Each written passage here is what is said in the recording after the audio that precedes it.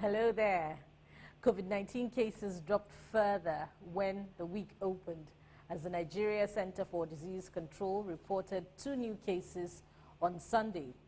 And as that public health concern deemed, the transport sector was not so at ease when passengers on the Abuja-Kaduna train service were again stranded in the bush after the train developed fault minutes after leaving the Rigasa station in Kaduna State. The heat also got turned up in the political scene as drums of self-determination got louder despite the clampdown on non-state actors. Recall, Yoruba Nation activist Sunday Igboho's house was raided and arms discovered in his residence. He debunked arrest rumors while insisting that his planned Lagos rally is harmless. And this is where we pitch our tent today on issues with Jide. Let's look at someone whom many may see as his counterpart in the southeast, Nnamdi Kanu, who has been rearrested and remanded in custody. That's our first topic, as I bid you welcome. And secondly, Labour warns federal government against electricity tariff hike, false plans to sell the transmission company of Nigeria. I welcome you to your most productive weekend online gig, Issues with Jide. We're reaching you live through TVC's YouTube channel. I am Bukola Samuel Wemimo. Guess what? BKO is live with us today. Stay with us. We'll be right back.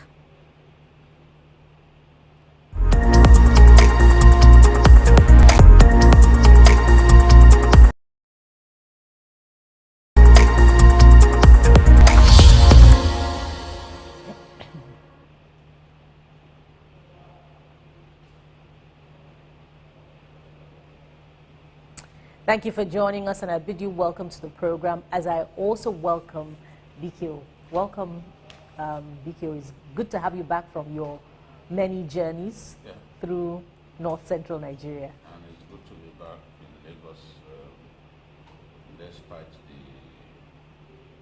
chaotic nature of traffic in this city. It still retains an extraordinary pull. To the point that every time you are out of Lagos, you feel that extraordinary pull to return. home. So, particularly now that to be back. The problem of insecurity is heightened. Let's leave that and look at what seems to be on the turf today, and that's the rearrest of Nnamdi Kanu, and he's been remanded in custody. What's resounding from the federal government is that those who are calling for a fair trial for Kanu are not being fair, because Kanu jumped bail in the first place. Now, against the backdrop of his unbridled utterances that were recorded and federal government's position, what do you foresee to be the outcome of his retrial in the coming days? Well, it's difficult to preempt how the trial will go. I'm neither a lawyer nor in the heart of the judge handling this matter to know how it will all end up. And lawyers also are capable of coming up with all kinds of schemes, drama clips that could affect the trial one way or another. But one thing is certain: there's nothing wrong in calling for fair trial for Nnamdi Kanu. He is presumed innocent until the contrary has been proven. So, like any mortal being brought before a judge, he is presumed innocent until the court decides otherwise. So, he jumped bail in circumstances less than noble, but the government has found a way to apprehend him in a foreign land and bring him to justice in our country. So, it's going on trial, and I don't see anything wrong in that. And I also do not see anything wrong in people calling for fair trial. That is the minimum that people can expect in a democracy, in a country like ours. Once you put people on trial, you're obligated to give them fair hearing, let them have access to their lawyers, and ensure that the will of justice is not obstructed in any way. Absolutely. That's the minimum people can expect and express. Thank God for freedom of expression, especially in these times. Now, BKO, the British government is being fingered in aiding and abetting Nnamdi Kanu's international travel after he jumped bail, particularly because his passport, Nigerian and international passport, had been deposited with the federal government before that time. Isn't this weighty? What would you say if this turned out to be true? A weighty allegation against the British government? Well, the Britons, just like the Americans, will do anything to protect their citizen. Nnamdi Kanu, the holder of two passports, Nigerian passport and the British passport. He is a Briton.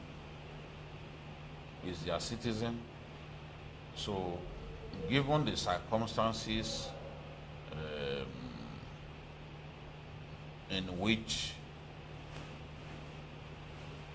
attacks were carried out in the southeast against elements believed to be sympathetic to IPOP, remember all of those attacks, I mean those military campaigns that the military called Operation Python Dance and all that. All that Kanu needed to do was show proof that his life was in danger. And the government, the UK government, will find a way to save his life. Yeah, they would do that to any citizen of theirs. So I'm not surprised that they went this far. They can go to any length to save the life of one of their own. And being a holder of the British passport, the moment his passport had been taken by the Nigerian authorities, his two passports, and some of his lieutenants were being manhandled, some killed, definitely Kanu would not find it difficult to convince the British authorities that, look, if I remain in this country, my life will be taken. So in such a situation, they could then take a decision to spirit him out of Nigeria, to help him out of the shores of our country, so that his life could be saved. And I think that's what they have done. It will seem illegal, but our country too once went to the UK, and we tried to create an individual and bring him to Nigeria illegally. So we can't forget, and the person who was Nigerian ruler at that time is the same President Buhari. We tried to bring Nnamdi to Nigeria to make him face trial by force at a time when he was in the UK, you know, by creating him like merchandise with the desire to send him here. So in international relations, I would, yes, issuing a passport to Kanu at a time when he was facing trial in Nigeria, you would want to say that was wrong. But I'm sure the passport may have even been issued to him in another country. Maybe after he sneaked out of Nigeria, he got a passport issued to him. The circumstances at that time must have prompted them to take that decision. And look, and you know, it was the same thing that he said in court, that he jumped bail because he saw that his life was in danger. You know, and you speak in this manner to the Americans, to the Britons, you can expect that they want to take action to ensure that you are safe. So you see that constantly they educate their people, they inform them about places to not go to in Nigeria. They issue travel advisory, saying, look, this part of Nigeria is unsafe, that part of Nigeria is unsafe, you know, so that their people can stay out of harm's way. They must have taken that decision in respect of Kanu to ensure that it was safe. Vicky, now let's get to the heart of the matter, which is the issue of self-determination. Granted that in the last 4 years since he jumped bail, many say that this time the IPOB leader really stirred it. He made unbridled comments and stoked the embers of tension and all of that. But how do we ensure that Nigeria does not lose sight of what is pertinent? That is now the old wrongs done to the people of the Southeast, you know, during the time of the Civil War. It's, I think we should continue to work hard at full integration of the people of the Southeast. The truth, like I said, as I said a few weeks back, is that they still believe that they've not been fully reintegrated into the Nigerian Federation, the Nigerian nation. So that has to continue. We must build a nation where equity thrives. If we create a situation in which we send a clear message that certain positions are not meant for certain categories of people, then demands like the sort of demands that Sunday Igboho and other people are making will not stop. Because people will continue to feel that, look, they will never get a fair deal in Nigeria. But as I've said before, I do not believe that Nigeria has to break up. We are stronger, and it serves a good purpose for us to remain as one indivisible country. The problem with us is our leaders. Our leaders are clueless, and our leaders have not handled our diversity the right way. So because of that, more and more people think that, look, we must get out of this Nigerian Federation. But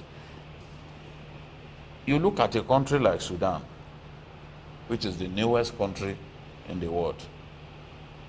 They've broken out of Sudan, but South Sudan is still not at peace with itself.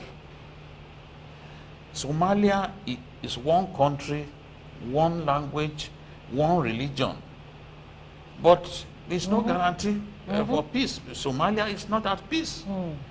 So that you have your own country, just your own people speaking the same language, the same ethnicity, the same religion, is no guarantee that you will have peace and prosperity, or prosperity and progress. So we must put aside this illusion that if we get out of Nigeria, the Yoruba nation gets out of Nigeria, things will be a lot better. There's no guarantee of that. We must put aside the notion that if the people of the Southeast get a country of their own, that things will begin to look up. No, we can't be thinking like that. Nigeria belongs to all of us. It does not belong to an ethnic group. It belongs to all of us. Nigerians sacrifice their lives. Nigerians across all ethnicities paid with their blood for us to remain one. If there are problems, there are issues, then we've got to face those problems head on. If the problem is leadership, we must find a way to bring about the right kind of leadership. But to simply think that to opt out of Nigeria is the solution. I disagree. And to people who are saying, look, people have a right to self-determination, that is not known to the Constitution. The right to self-determination is not one of those rights that the Nigerian Constitution guarantees. That will be seen as secession, as high treason. By the way the Constitution looks at it, the fundamental rights that you and I have, the rights to dismemberment of our nation, is not one of those rights. So when the government comes after those people, it will not come to me as a shock or as a surprise, because no one has the right to dismember Nigeria. It's not, the Constitution does not prescribe that. No? Until we find a way to amend the Constitution, all right, and let it guarantee the right to self-determination, that if any part of Nigeria feels like living, they can live peacefully. Then people like Sunday Igboho, people like Nnamdi Kanu will be free to carry out their divisive activities, and no one will have the right or the power to put them in the slammer for doing that. But as things stand, self-determination, agitation for dismemberment of Nigeria is not one of the rights that the Nigerian Constitution guarantees to the Nigerian individual. Well, at least if the right of dismemberment, as Biko says, it is not guaranteed, the right to choose the right leaders is guaranteed. So perhaps that process can be kick-started. I wish we could continue with that part of the conversation, but we must manage our time as we have our next topic. Remember that you can ask your questions. You can start bringing them in now, sending them in. BK will get the time to answer your questions. But let's go to our second topic. BK, Labour is saying to the federal government that it is immoral for it to privatize, or as the case may be, sell the transmission company of Nigeria, because it's a national security asset. What are your thoughts? I do not wholeheartedly agree with Labour. There are some national assets that we can privatize. I still believe that the NNPC, for example, should be a public-private company, just similar to what Brazil has done with Petrobras, whereby individuals can buy shares in it and then have a say in how it is run. As things stand now, the ordinary Nigerian does not have a say in how the NNPC is run. And it has been the cesspool of corruption in our country for years. It has been the place where people in government go to take money to use for their elections. People in government think that it makes sense in an election year to simply order those who run revenue generating companies of government to bring money, bring public funds to run their campaigns with. A lot of the campaigns that you see during the electoral season are financed by public funds. Politicians are extremely greedy, they are extremely selfish, they are extremely irresponsible to the point that they don't even want to use their own funds at all to run elections, to run campaigns. So this is the thing. The money that you see distributed to people on election day in the desire to buy their conscience, it is still public funds. At state level, at federal level, wherever it is done, it is still public funds that get distributed to Nigerians to buy their conscience. This is a fact. Now, going back to TCN, the greatest fear that Labour has is that if TCN, Transmission Company of Nigeria, eventually gets sold, the transaction would not be dissimilar to what happened with the Gencos and the Discos, where people did not have the wherewithal, people without the requisite experience were the ones who inherited the unbundled NEPA. And what do we have today? We have a power sector that is on rickety legs, a power sector that cannot deliver the promise of 40,000 megawatts by the year 2020. We've already passed 2020. What are we doing today? On the average, 3,000 to 400,000 megawatts.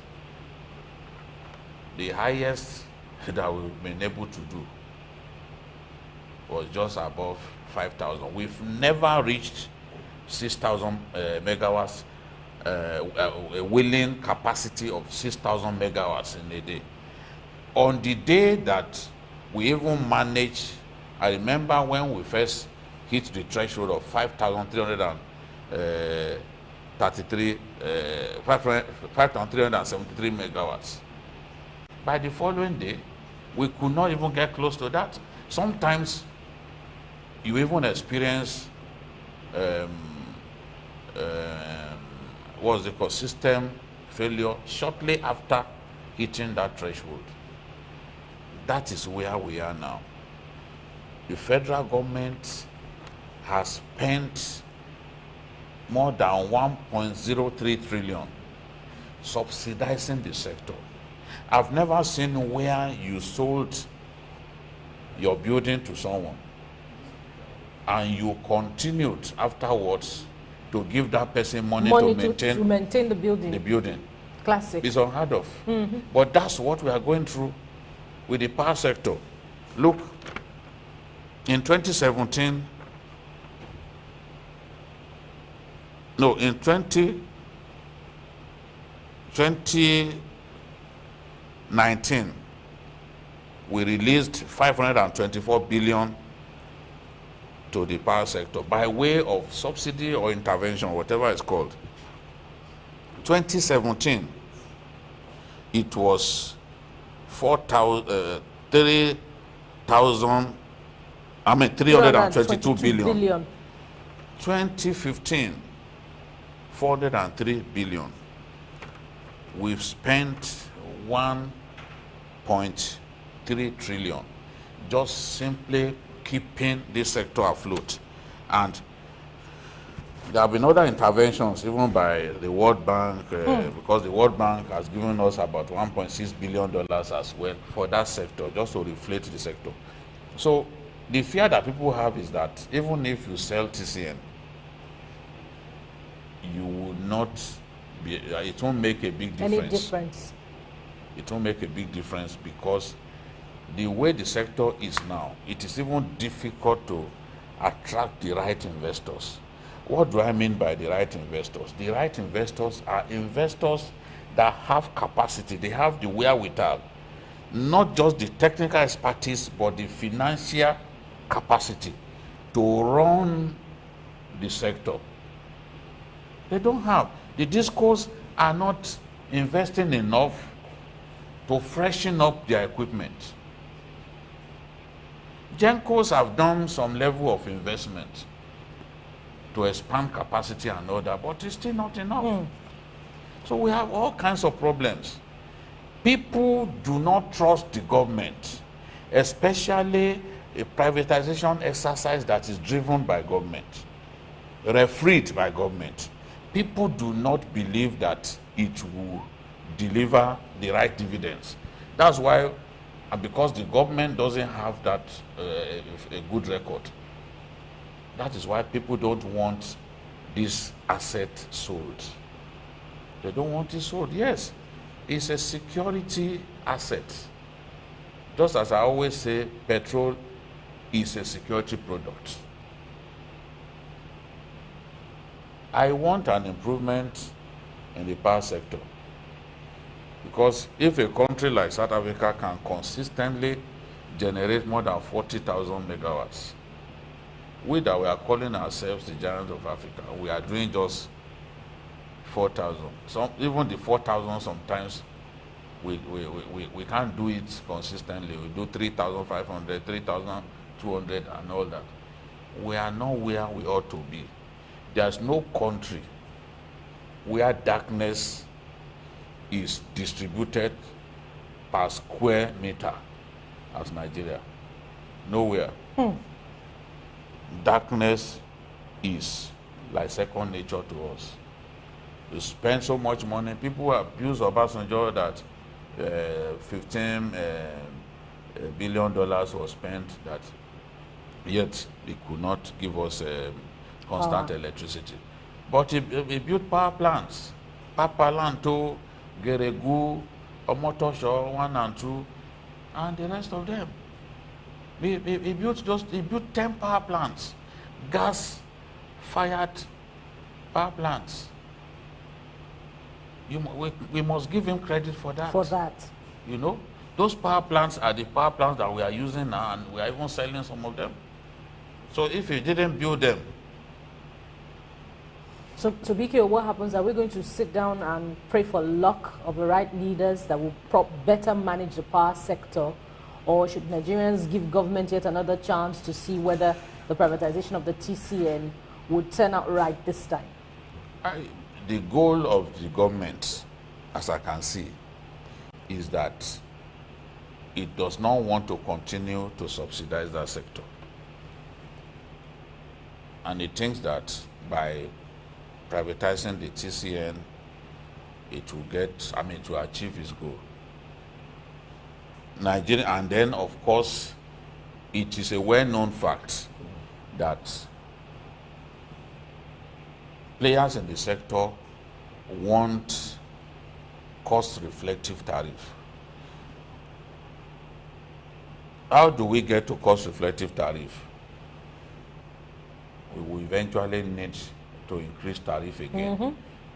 The NERC has already suggested that in the month of July, we are in the month of July now, that a new tariff regime has to take effect because government continues to subsidize that sector. The players are not making money as they would expect to make. Return on investment is low. So how do we get out of here? The only way to achieve real progress is for there to be sustained investment in the sector. And even all Nigerian banks put together have not got the kind of money that can ensure sustained investment in that sector, maybe for a period of 8 to 10 years. That is what will cause us to achieve our aim. So the problem of liquidity is what GENCOs have, is what DISCOs have. And the DISCOs are the ones through which you can get money, through which the GENCOs can get money. If TCN gets privatized now, it is the DISCOs that would also help, you know, because they are the ones who receive money from you and I. They are the ones who get money from you and I and ensure that GENCOs get their share and even transmission gets its share. The DISCOs, as things stand now, the DISCOs do not even have the capacity to distribute electricity across our country in a manner that ensures that everyone will be happy. They can't provide enough meters, which should have been one of the demands of government before selling these power sets to them. They can't give people meters. They don't have the capacity to give meters to every electricity consumer. They just don't have it. So, sustained investment on a huge level is the solution. I don't know. I have my doubts that we can find the right investors. If General Electric, for example, were to come to Nigeria to show some interest in our power sector, maybe things will be better because they have the track record, there's history behind them, and they have capacity. And the population is also there that will guarantee a good return on investment in the long run. Am I correct? Many people think that government should even have no hand in fixing the power sector. The tariff, the power sector. That as long as government continues to regulate the power sector as much as it is doing, many investors will stay away. You know, so that is one problem. If you are fixing tariff, and these guys are saying, look, what comes to us is way lower than what we commit to power generation, then it's a disincentive to investors to come and invest in that sector in our country. So that is the big problem that we face.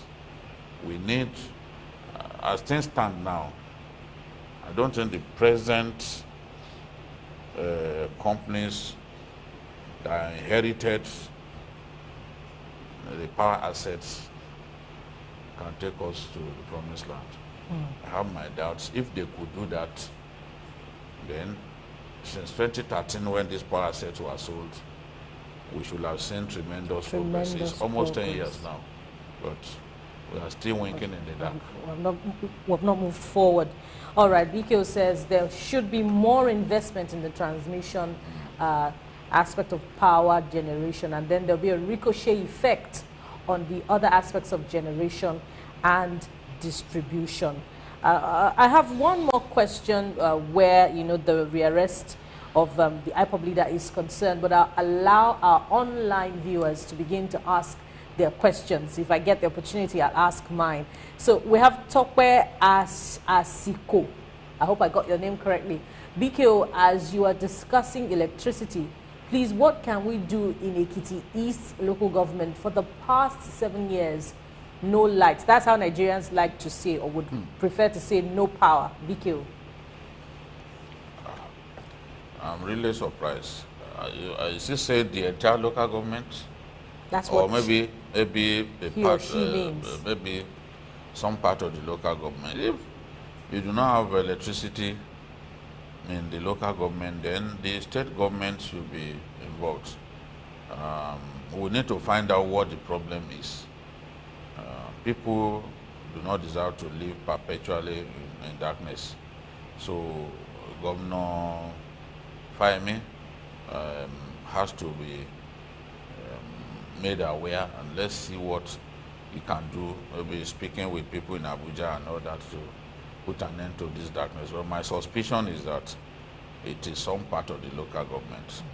Not the entire, local government. And we could also ask, although the discos are challenged, under which disco Ekiti East falls? Is it Ibadan Electricity Distribution Company, or the other one in the southwest? Well, I think Ibadan is closer to them. To Ekiti, yeah. Yes. I don't think it's Benin. I think it's Ibadan. All right, we also have Raji. Raji says, what is the current state of the Imbila power project? Is the government going to neglect the project like that? The Imbila power project, even at the peak of the rainy season, will give Nigeria 3,050 megawatts guaranteed. And it's a very big project. One of the, if it is consummated, it will be one of the biggest projects ever in the history of our country. But we've had all kinds of problems.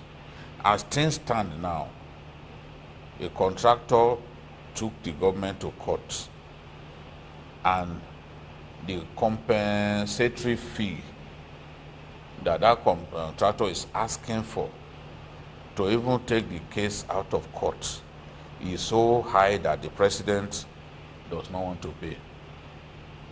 No, but if the president goes ahead and says he will not pay, then the project cannot take off. We've got to resolve that issue with the contractor, you know, and ensure that this government, as it promised, can kick off can cause that project to take off, because we are wasting resources in that area. You can see the waterfall. I went there. We're just wasting. It's like that place is wasting away. No road constructed leading to the place. I had to ride on a bike for about 2 hours to get to the foot of the mountain where we had the waterfall, the site, the Baru waterfall, the site of the Imbila project. And the project area is about 5 times the size of Lagos. So it's a very big project. You can imagine Imbila can give us all of what we are getting consistently now from other sources, from all the gas fired plants and the 3 hydro plants, Shiroro, Kanji and Jeba. So we need to do something about that project. The issue with the contractor has to be resolved so that we can mobilize to site, pay compensation to people who will be displaced, and begin to build even new towns that will be created as a result of this massive project. But as things stand now, there is no progress that I can report beyond what is on paper. The project has not officially taken off. I wish we had enough time for you to educate our viewers on what led government and the contractor to that impasse in the first place. But Okafor is asking, I'm sure BK will get that opportunity some other time. I'll remind him. Okafor is asking, if you're to meet President Buhari in private to talk to him on what he's doing wrong in terms of national unity, what will you tell him? I will tell him that he needs to manage our diversity better. I don't think he has managed our diversity better. If I was president, for example, I would have made the most senior Igbo man in the army. I would have made him the chief of army staff. You know, that's General Ahanotu, who was the next in line to the late Atahiru.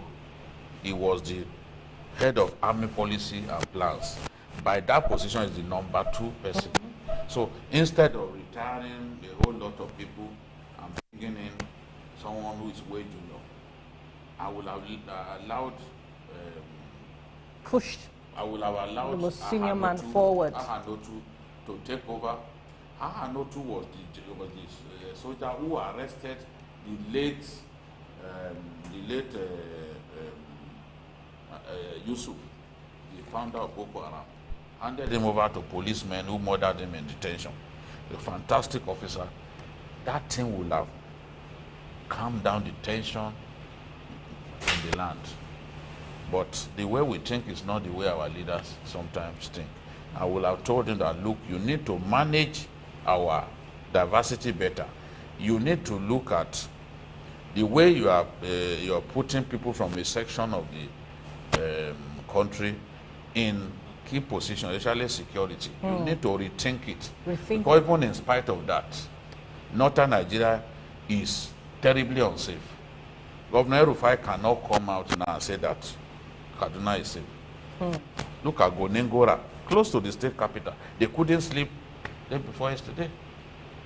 You know, so I will tell him things that I believe that if he can do, it will calm down the tension in our land. And it can start from even disappointments here and there.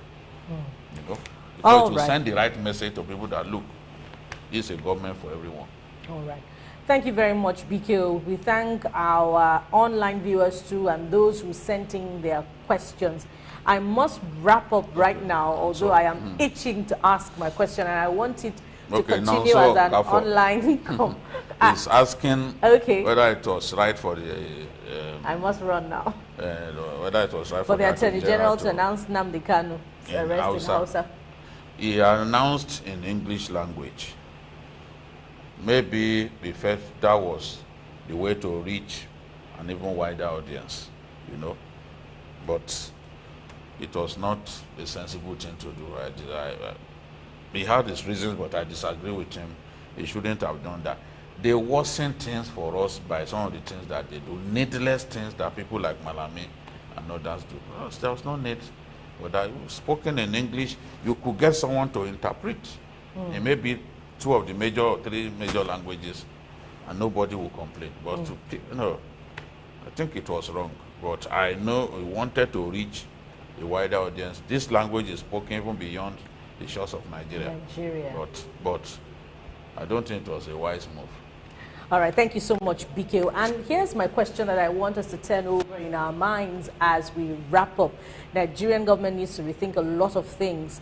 And some are asking, in the light of the efficacy of the arrest of the IPOB leader in conjunction with international partners, why should the Nigerian government transfer that same energy and synergy to the arrest of bandits, insurgents, and kidnappers who are terrorizing the lives of Nigerians in the Northeast? Let the conversation continue on our YouTube channel. It's at TVC News Nigeria. So hit the subscribe button and start following and watching past episodes of Issues with Jide. Of course, you can also follow us on all other social media platforms of TVC News. That's at TVC News NG on Instagram, Facebook, and Twitter. Thank you for watching. See you again next week. Bye for now.